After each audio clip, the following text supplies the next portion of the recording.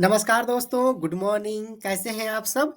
आज जिस टॉपिक पर हम बात करने जा रहे हैं वो है दहेज और आधुनिक रिश्तों का सच, the reality of dowry and modern relationship.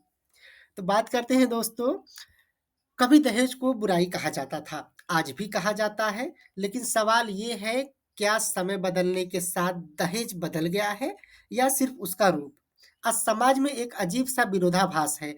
लोग कहते हैं दहेज लेना अपराध है, सही बात है, लेकिन उसी समाज में शादी का रिश्ता तय करते समय सबसे पहले पूछा जाता है, लड़का क्या करता है, कमाई कितनी है, घर, गाड़ी, स्टेटस कैसा है।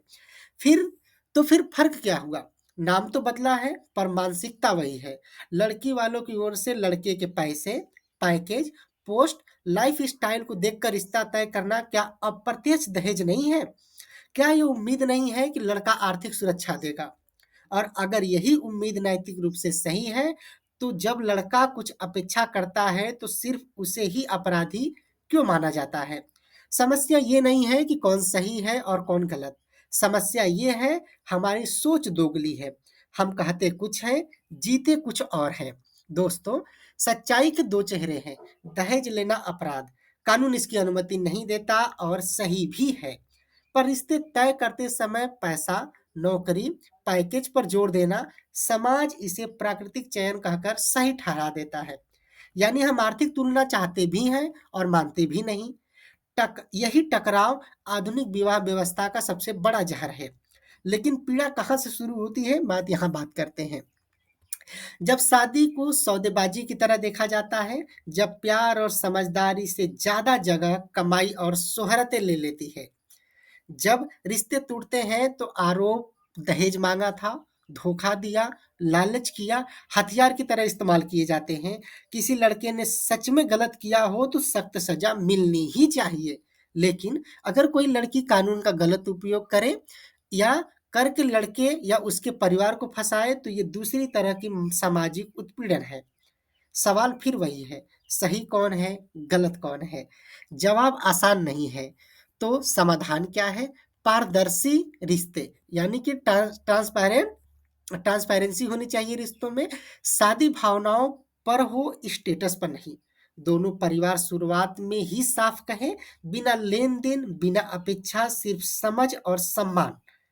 कानून में सुधार हो, यानी कानून का क्या रोल हो? तो कानून अपराध को रोके, लेकिन सिर्फ निर्दोष को न तोड़े। जांच निष्पक्ष हो, निर्णय सबूत से हो। और क्या हो? सिर्फ आरोप से नहीं। यानी कि कानून अपराध को रोके लेकिन निर्दोष को न तोड़े, निर्दोष को न फंसाए। जांच निष्पक्ष हो, निर्णय सबूत से हो, सिर्फ आरोपों से ना हो। यानी समाज का क्या रोल होना चाहिए? तो समाज की मानसिकता में बदलाव। लड़की और लड़के दोनों के परिवार रिश्ते को साझेदारी समझे, व्यापार नहीं। आर्थिक स्वतंत्रता क्या है? लड़की और लड़का दोनों आत्मनिर्भर हो, ताकि शादी एक सहारन न होकर एक सहयात्रा बने। सम्मान सम्मान, यानी कि इक्वल जो है, सबको सम्मान मिले। तो जब दोनों बराबर हो तो किसी को देने लेने की जरूरत नहीं पड़ती, तभी दहेज अपने आप में खत्म होगा। इन बातों का निष्कर्ष क्या है दोस्तों? तो सिर्फ दहेज, यानी कि दहेज सिर्फ वो नहीं है जो पैसे के रूप में मांगा जाए। दहेज वो भी है जो सोच के स्तर पर मांगा जाए।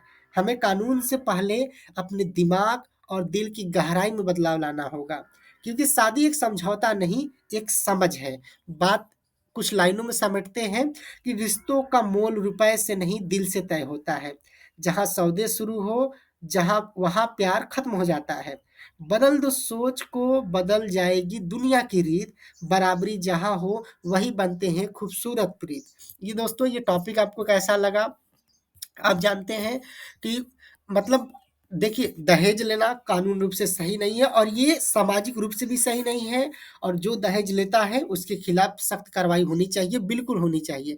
लेकिन आजकल एक टेंडेंसी देखने को मिली है कि जो रिश्तों में मतलब मैक्सिमम नंबर में क्या होता है कि दहेज को लेकर फंसा दिया जाता है किसी को, या कोई अगर किया हो तो भाई सही है। लेकिन अगर कभी-कभी क्या होता है कि कोई नहीं करता तो भी फंस जाता है। तो ऐसे में क्या हो कि कानून को चाहिए, समाज को चाहिए कि ट्रांसपेरेंट चीज़ों को देखें, दोनों पक्षों को सुने और दोनों पक्षों को सुनने के बाद ही फैसला दें किसी एक तरफ झुकाव ना हो। ठीक है? आपको कैसी लगी ये वीडियो हमें ज़रूर बताइएगा।